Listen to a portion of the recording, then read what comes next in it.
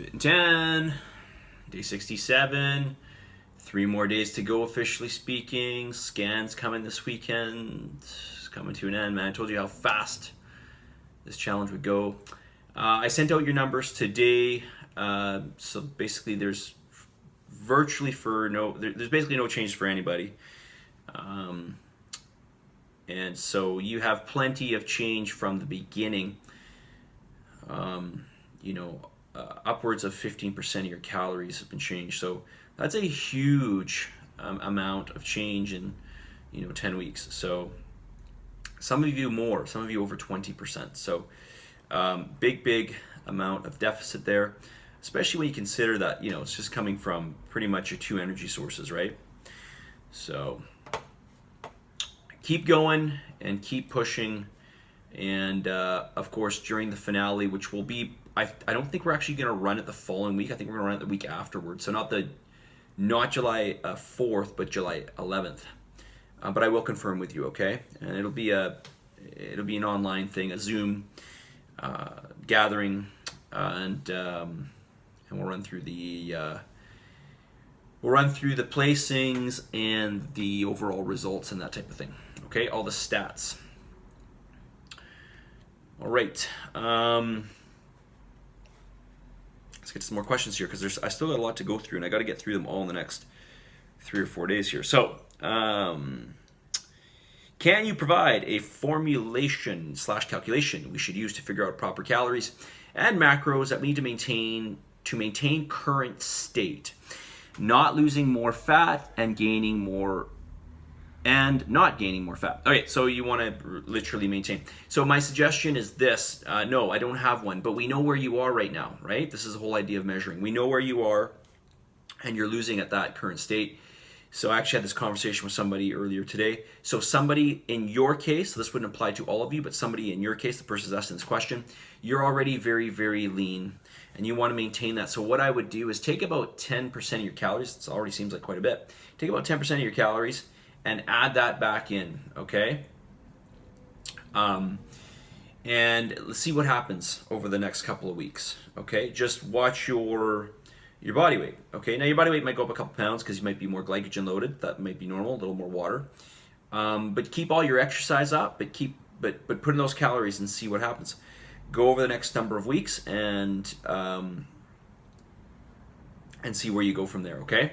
That would be my suggestion, okay? And if you want to be a little more conservative, yeah, you could do like 7% increase or something like that, okay? Just to make sure you don't gain anything, but I don't think you will, okay? We've been digging for, well, in your case, you've only been digging for 10 weeks.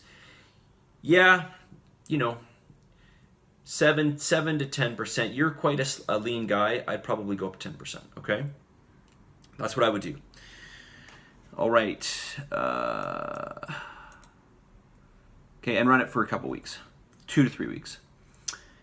Trying to get more sleep. I found it difficult to wind down after the evening workouts and fall asleep at a decent time. Okay, so you need some downtime after your workout. So you need to come home. I'd eat something if you still have calories. And I would do something immediately that takes your mind off things, something that relaxes you and tones you down. I like listening to podcasts or even watching a podcast or finding something interesting. Reading would be another good option. And that should wind you down. But I realize that it might take an hour or something. It usually takes me about 45 minutes. But if I'm just lying down and I'm totally relaxed and I do something that takes my mind off of it, then that I will feel much more relaxed and I'll get tired, pretty fast, okay? What's the best way to increase cardiovascular endurance? Good question. Well, in your case, I would suggest one of the best things you could do would probably lower your body mass more, because I know that this person in particular has more mass that I believe that you would, like to lose. That would be your easiest way, because as soon as you take off that weight, you're going to find that your cardiovascular endurance will just go up, exponentially. Okay. Now, if you are already pretty lean, this is not my area of expertise, but if you were already lean, I would probably do a combination of training where you're really pushing your heart rate max. Okay, kind of like the training that we do with the cardiovascular with the intervals. Okay, maybe not exactly like that, but something along those lines. Maybe longer periods of very hard, and then I would couple that with obviously doing some lower intensity, long duration stuff. But you definitely need to give yourself some training where you're doing this undulation of really intense followed by a down phase. Okay, because obviously you can't maintain the really intense for a very long time. Okay, the other thing I would do too, which most people never think of, but honestly, and I'm not just saying this because I love weight training, but weight training makes a huge difference. Actually, if you talk to Kenneth, he's in our classes, he does our classes, and he's an ex-runner. I think he's probably still runs competitively, and he said he got his best times when he started weight training. That's when he got his top times, is when he started to institute weight training. So it's kind of interesting to note that, right? All right. Let's get to one more here quickly. After the final scans, will you provide the group an update on the cohort's accomplishment statistics? Yes, of course I will. Yes, we will do that in the finale. Total fat loss by cohort as a group? Yes. Highest percentage of fat loss? Yes. Highest number of pounds of fat? Yeah, all of these. Okay, and more. Yeah, we do all those stats. Some extra notes here. Off diet for one meal. The planned meal out with friends. But consumed no alcohol. Awesome. Very happy to hear that. And for this day, only held back with food earlier in the day, knowing the meal would be heavier in the carbs and fat. Okay. Not a bad measure of, or not a bad plan for that day. Okay. All right. Message of the day. Message of the day is you either choose to run your life or ruin your life. Okay. And the only difference between run and ruin is the letter I, and so it's all up to I, or you, of course. But if you sit there and you say this to yourself, it's I, right? So it's up to you whether you choose to run or ruin your life.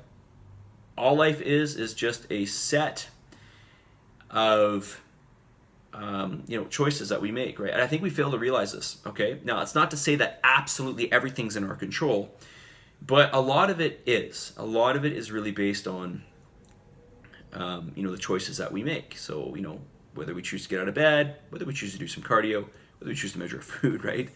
Whether we choose to get out there and meet people. Like, one of my downfalls is I'm not a very social person. That's not to say I don't like socializing. I do like it, but one of my downfalls is I do not get out and mingle very often, and I should. And I know this because the opportunities, whatever opportunity that you can think of, they just grow exponentially when you meet people, right? The amount of opportunity you have when you don't meet people is really, really, really limited, right?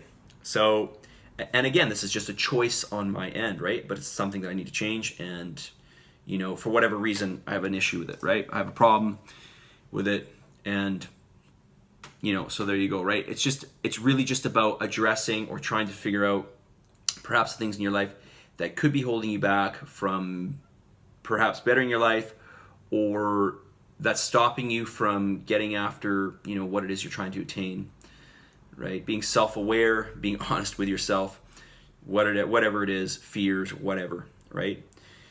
And that is all choice, right? That is just a choice.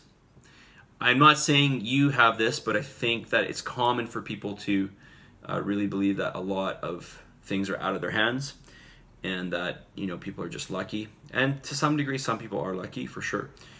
But there's a lot that I think we can change in our lives if we just took the necessary steps. If we just asked ourselves, what should I do and why am I not doing it, right? Okay.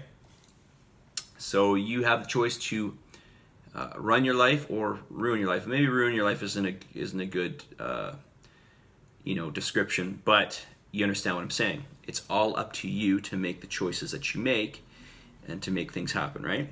All right, that's all I'm going to say. I don't know. It's just a lecture, right? It's always Mark lecturing. Thinks he knows everything. But actually, that came from Lee Labrada. He was a very famous bodybuilder and a very well-established person in the sports supplement field, actually. Labrada supplements. Anyways, that's all I'm going to say, you guys. Positive energy, positive vibes. Believe in yourself. Send me your gratitude, whether it's in Slack or in your feedback.